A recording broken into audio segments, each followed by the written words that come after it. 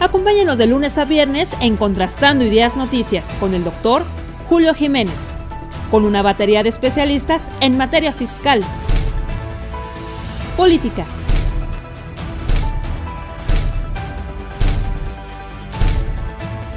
economía, finanzas, justicia, deportes y espectáculos. Acompáñenos a las 22 horas, tiempo del centro. Amable auditorio, gracias por acompañarnos. Ha sido un viernes intenso. Han escuchado las fuertes declaraciones del maestro Nelson Vargas en el contexto deportivo nacional e internacional. Hemos platicado con dos expertos en materia fiscal, el doctor Rafael Arenas y el maestro Mauricio Traín. Hemos escuchado el análisis político de la silla rota de la periodista de investigación Erika Flores, un tema alarmante, el asunto de Alejandro Moreno y su posible desafuero ante esta constante lluvia de filtraciones ilegales, pero al fin y al cabo filtraciones de audios en donde tal parece que el líder nacional periodista estará en serios problemas a partir de septiembre. Pero hemos llegado a la mesa coyuntural de fin de semana. Quiero agradecer especialmente la presencia esta noche de dos expertos, también de dos especialistas en materia fiscal y contable, del maestro Narciso Vargas Salanueva, contador público certificado, miembro de la Asociación Mexicana de Contadores Públicos, y del abogado fiscalista y también contador público, don Tulio Salanueva Brito. ¿Cómo están? Muy buenas noches, bienvenidos. Hola Julio, un placer estar en tu programa, muchas gracias. Bienvenido, maestro Tulio, bienvenido, maestro Narciso. Doctor, qué gusto como siempre platicar contigo y sobre todo estar acompañado de Tulio, que es un experto en la parte jurídica. Muchas gracias. Gracias. Pues platicábamos hace un momento sobre la situación de la constancia de situación fiscal, las condiciones que se han venido generando en el SAT, la situación que había enfrentado el contribuyente. Yo les pregunto a ustedes concretamente, el tema de el manejo del domicilio fiscal durante y después de la pandemia ha generado especulación. Después del anuncio de la constancia de situación fiscal, se genera otro problema porque venía la actualización del domicilio fiscal. Mucha gente recientemente ha cerrado sus oficinas y se mantienen trabajando en la formalidad, pero sin embargo bajo la modalidad del teletrabajo. Esto ha implicado cambios en domicilios fiscales sin aviso al SAT. Yo le preguntaré a los expertos de esta noche qué requisitos, condiciones, qué sanciones hay multas, hay algún tipo de escenario en donde, o plazo en donde el contribuyente pudiera apelar a esta situación y evitar cualquier sanción pecuniaria. Yo le preguntaría en primera instancia a el abogado fiscalista que nos explique si hay alguna sanción en primera instancia para el contribuyente que no dé el aviso oportuno, en términos del Código Fiscal de la Federación, claro, al SAT. Abogado Tulio Salanueva, ¿qué pasa con un contribuyente? Porque nos están cuestionando incluso periodistas, comunicadores, miembros del AMPER, pues que no están muy familiarizados con las plataformas digitales y menos con el escenario fiscal que hoy vivimos, que es prácticamente de acoso, terrorismo tributario. No estamos muy familiarizados los comunicadores. ¿Nos podrías explicar este escenario, abogado Tulio Salanueva? Con gusto, Julio. Mira, creo que es pertinente, con gusto, Julio, creo que es pertinente en primer lugar definir conforme a la legislación aplicable qué es un domicilio fiscal. El domicilio fiscal, conforme al Código Fiscal de la Federación, es el principal asiento de los negocios del ente económico, ya sea una persona física o una persona moral, es decir, en donde propiamente realizamos nuestra actividad económica, y de ahí la importancia de que el SAT, la Secretaría de Hacienda, por conducto del Servicio de Administración Tributaria, tenga registrado ese domicilio, pues en él particularmente se podrán llevar las actuaciones que tenga la autoridad sobre el contribuyente. Hoy en día podemos decir que el domicilio fiscal ya no es un domicilio propio para notificaciones, puesto que se habilitó el buzón tributario y conforme a la autoridad lleva a cabo la notificación precisamente de los actos en contra del contribuyente o que le tiene que notificar al contribuyente. No obstante, Julio, lo que sí hace la autoridad, y es seguramente la inquietud del auditorio, es realizar visitas para comprobar que efectivamente existe el domicilio fiscal, que en él se tiene el principal asiento de los negocios de la empresa, y en muchas ocasiones también analizar o revisar si ahí está precisamente la contabilidad del contribuyente. ¿Cuál es la sanción más contundente y más inmediata que realiza la autoridad cuando no corrobora que el domicilio registrado en su plataforma corresponde efectivamente al domicilio fiscal. Pues simple y sencillamente, conforme al Código Fiscal de la Federación, tiene facultades para suspender o cancelar los sellos conforme a los cuales podemos emitir CFDI.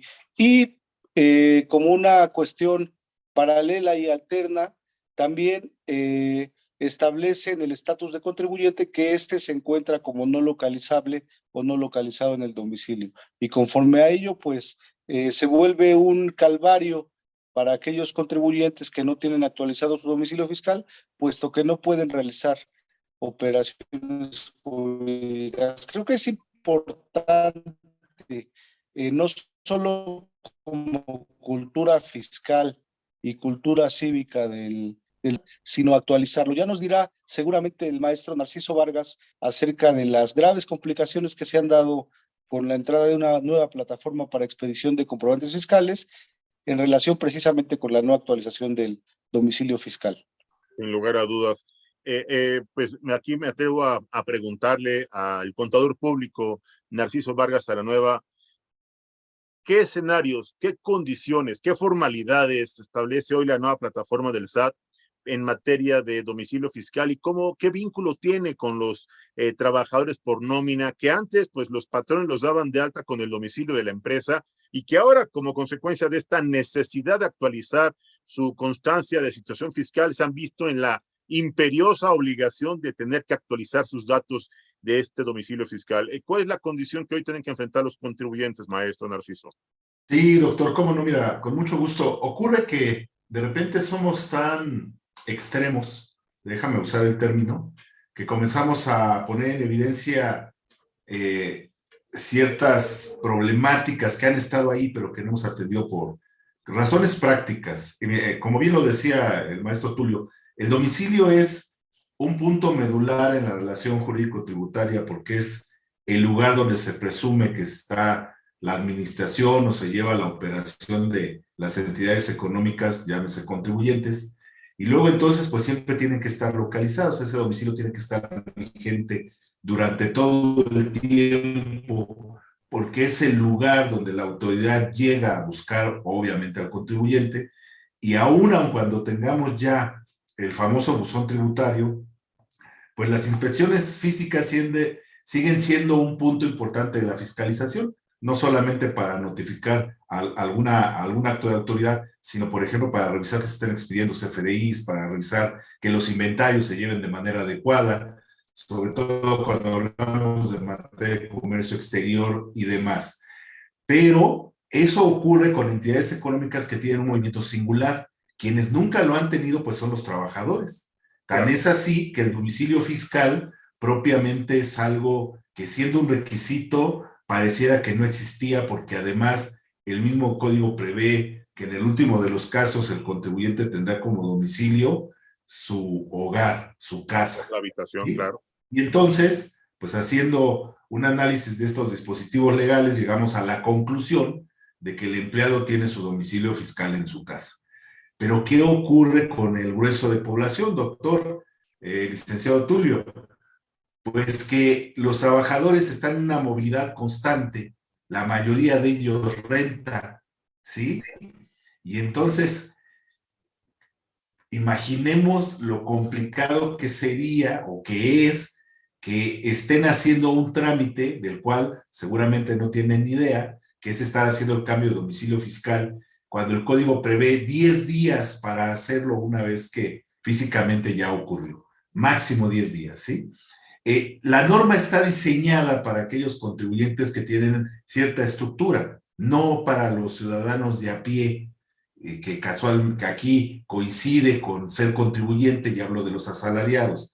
Entonces resulta que cuando viene este cambio de CFDI 4.0, uno de los campos importantes que se tienen que cuidar es el código postal, pero nuevamente, la batería está dirigida, doctor, maestro Tulio, está dirigida a aquellos contribuyentes que tienen actividades económicas, actos de comercio básicamente, ese es el grueso, está pensada en ellos, no en los trabajadores. Y entonces el CFDI 4.0 no previó esa situación y ahorita nos metimos en un callejón sin salida pareciera, porque estamos saliendo de la pandemia, hay pocas citas, el número de trabajadores es impresionante en el universo y entonces se convierte en un cuello de botella dadas estas condiciones y por eso es que vemos que hay una prórroga de 7 meses más prácticamente para que entre en vigor el cambio a la versión de manera obligatoria, porque hay que recordar que vigente está desde el día 1. Sin embargo, lo que se amplió fue el periodo de convivencia. Entonces, como es un requisito el código postal, pues a la hora que el patrón quiere timbrar los recibos de nómina, si este código no coincide con el que tienen los trabajadores en su alta, que habría que ver también desde cuándo fue hecha, en qué condiciones, pues resulta que el sistema no permite el timbrado y el patrón se mete en un problema porque por un lado no puede retener el salario, ¿sí? Y por otro lado, si hacen los pagos sin emitir este comprobante, se convierte en una erogación no deducible para él y entonces le costaría el 30% de cada peso que erogue, 30 centavos. Es un problema de logística porque, insisto, la norma no está pensada para los trabajadores y sus condiciones, obviamente. Claro. Tenemos ya preguntas de nuestro auditorio y le preguntan al abogado fiscalista, abogado, el auditor está preocupado, el contribuyente en general está preocupado porque no está familiarizado con esas plataformas. Le preguntan concretamente, ¿qué necesitan? ¿Qué documentos requiere la plataforma del SAT para actualizar sus datos en materia de domicilio fiscal? ¿Con quién pueden acudir para que los acompañe, los asesore, los oriente y en su momento hasta los represente en caso de alguna omisión o alguna irregularidad? Porque ahora resulta que hay temas ahí han encontrado irregularidades en sus constancias y bueno, pues hay que actualizarlas o hay que corregirlas. ¿Qué les recomendaría, abogado? Con gusto, Julio. Mira, particularmente para los trabajadores asalariados, cuando es su exclusiva fuente de ingresos, un sueldo o un salario, pues es el patrón quien tiene la obligación de hacer la declaración y la retención correspondiente ante el SAT. El problema viene efectivamente cuando no actualizamos o ese trabajador no tiene actualizado su domicilio fiscal, ya sea porque cambió de trabajo o porque cambió de domicilio. En este supuesto, el SAT tiene una dependencia interna exprofeso para asistir al contribuyente que se denomina de este modo, Administración de Asistencia al Contribuyente, y ahí pueden acudir para actualizar este tipo de datos. El grave problema que existe en este momento, como bien decía el maestro Narciso, es que se ha convertido en un cuello de botella las citas para acudir al SAT a actualizar estos datos. Yo creo que sería una solución pertinente que este trámite también pudiese hacerse vía electrónica. Actualmente las visitas domiciliarias, las revisiones que hace el SAT han caído en desuso, por ejemplo, las visitas domiciliarias, las revisiones de gabinete, porque lo hacen de manera electrónica.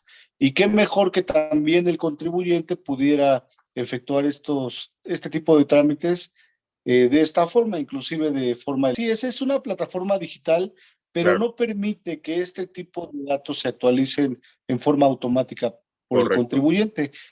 Casi la universalidad de los casos tiene que acudir en forma presencial a actualizar los datos. Correcto. Vamos con otra pregunta de nuestro auditorio al maestro Narciso. Maestro, en caso de tener alguna irregularidad, alguna incongruencia, algún error en los datos del contribuyente y bueno, pues también en el escenario de tener que actualizar su código postal o su domicilio en caso de algún cambio, ¿hay algún término, hay algún plazo para notificarle al SAT? No sé, a lo mejor tuve que cerrar mi oficina y lo tuve que cambiar mi domicilio fiscal a mi domicilio conyugal, a mi domicilio convencional, en términos del artículo 5 del Código Fiscal de la Federación. ¿Hay algún plazo para notificarle al SAT, maestro Narciso?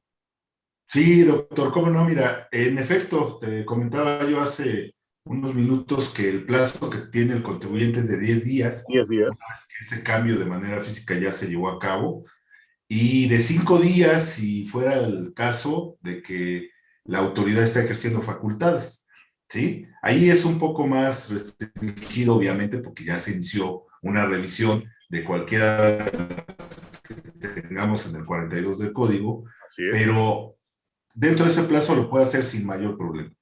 Pero insisto, el tema es que la norma está pensada en aquellos contribuyentes que tienen una actividad regular, se dedican al comercio o cosas de ese tipo, y no para los asalariados. El problema con el asalariado es que existe sí la opción de hacerlo vía electrónica, es decir, a través del portal del SAT. El portal SAT. Es relativamente sencillo hacer el cambio. Hay que subir los datos, se llena un formulario y se actualiza el domicilio y acto seguido la autoridad manda una verificación, esta sí de manera presencial, donde solicita ciertos requisitos al momento de llegar al domicilio. Que esté el representante, si fuera el caso de una sociedad, o si es persona física, bueno, tiene que estar la persona física, se tiene que identificar, tiene que dar ciertos indicios de que realmente ahí está la entidad operando, inclusive nos piden que presentemos, no sé, una factura, quizá la carpeta de la contabilidad que se va generando de manera corriente y demás, pero en el caso de alguien que está en nómina, doctor, pues no tenemos ni firma, que es necesario para entrar, electrónica, sí, y el otro dispositivo electrónico que se conoce como contraseña, tampoco lo tienen. Entonces, eso viene a complicar. ¿Existe la herramienta? ¿Está el portal? Sí, no puedo acceder a él porque no tengo los accesos electrónicos para hacerlo. Y entonces, ¿cómo lo voy a hacer de manera presencial? El problema es que no hay citas o son muy escasas.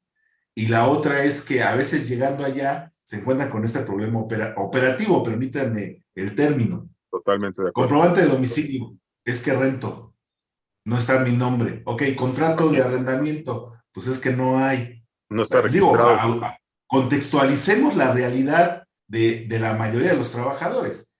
Rentan, pero quien les renta, que también está en ese nivel, pues no hay recibo, no hay contrato, no hay nada. Es muy escueto, y entonces llegas, pues obviamente quien te atiende en la ventanilla, pues si no tiene la suficiente sensibilidad, pues lo va a regresar y el trámite no se llevará a cabo.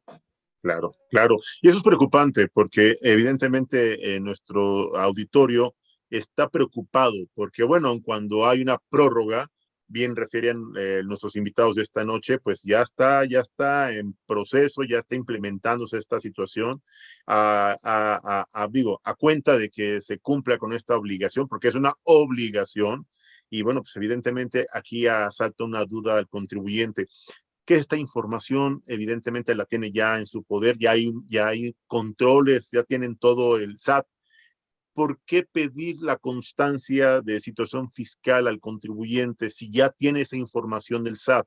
¿Por qué una vez que se la entregan al patrón, el patrón tendría que volvérsela a notificar a el SAT?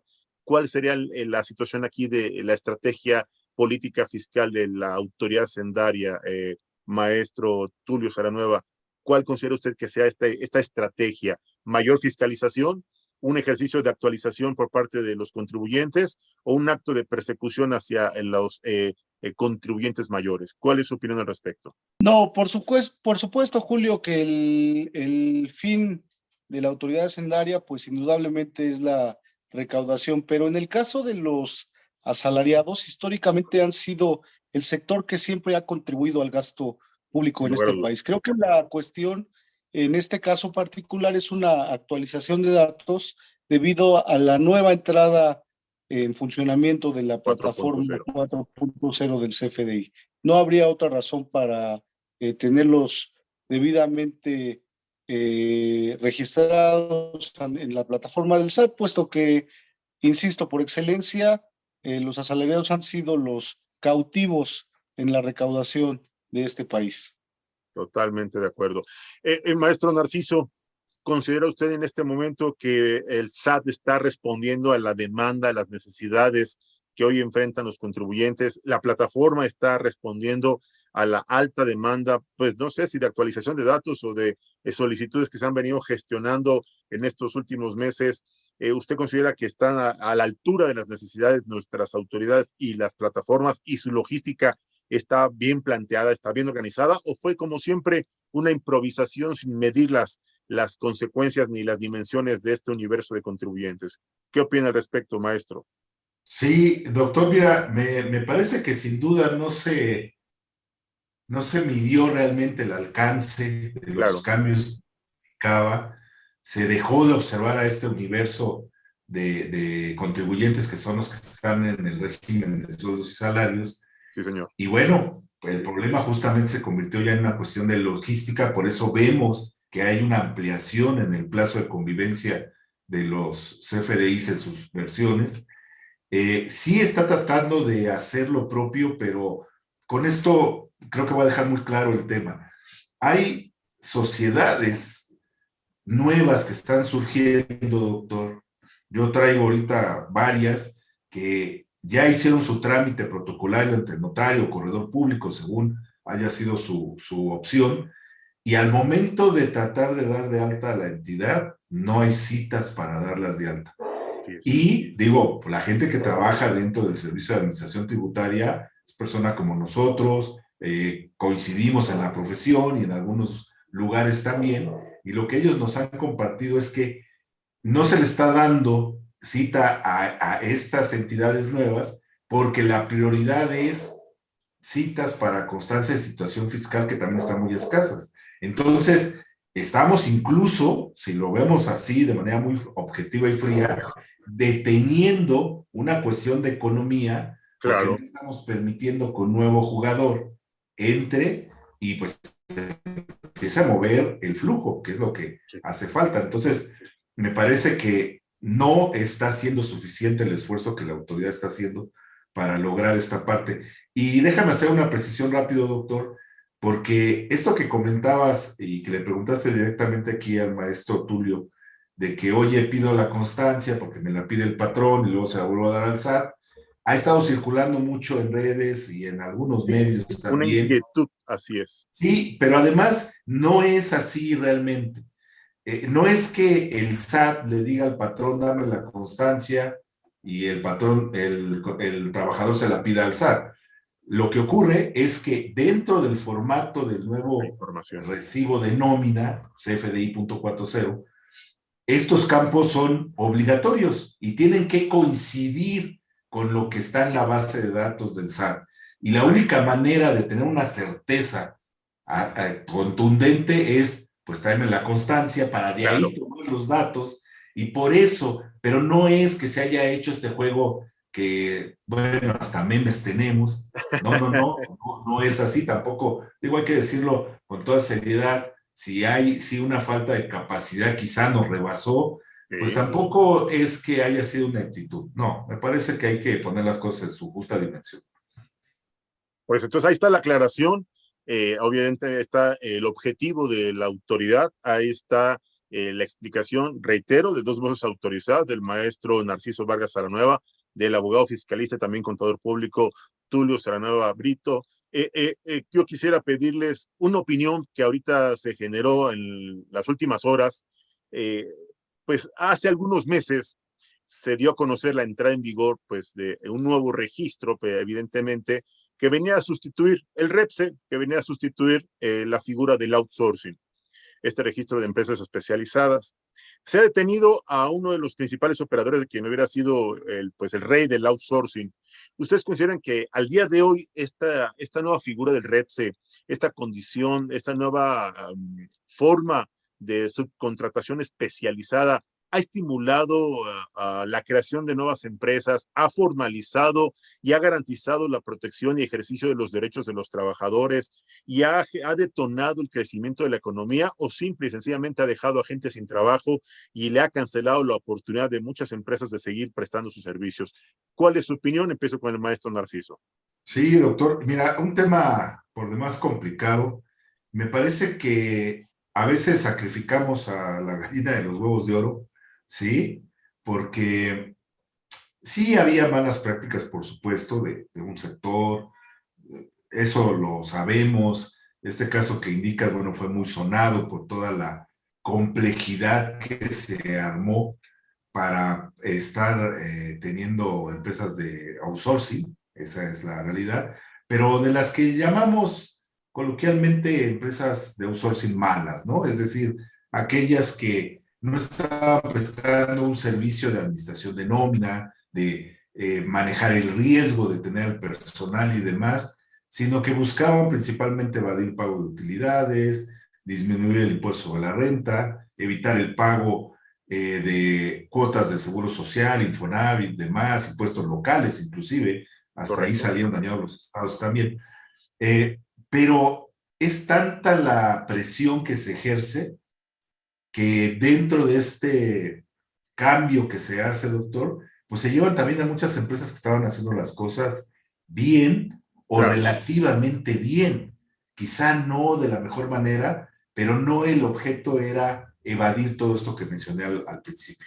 Entonces, no, me parece que nos faltó ahí un poquito de cuidado, de ser más quirúrgicos al momento de hacer el cambio, e inclusive me parece que si ya tenemos detectados los focos, porque esa es una realidad, pues habría que haber buscado el cabildeo en otro lado y no en la parte fiscal para atacar a estos grupos que estaban manejando las cosas con un exceso en muchos renglones, ¿no? Claro. Esa es mi humilde opinión, me parece que no era así la reforma, porque hoy resulta que hay gente que no puede entrar a trabajar porque le falta el famoso registro, se lo están regresando porque le falta una coma aquí, porque la opinión de cumplimiento sale negativa, aunque estén bien ellos actualmente. Son deficiencias administrativas, como la que comenté hace rato, que están deteniendo la economía. Entonces, bueno, me parece que ahí nos aceleramos en la forma. Totalmente de acuerdo. Le pregunto al abogado fiscalista y también contador público, don Tulio Saranueva, ¿cuál es su opinión respecto a esta implementación del famoso REPSE? Hace algunos meses fuera pues una bomba directa a la economía nacional, concretamente al sector empresarial.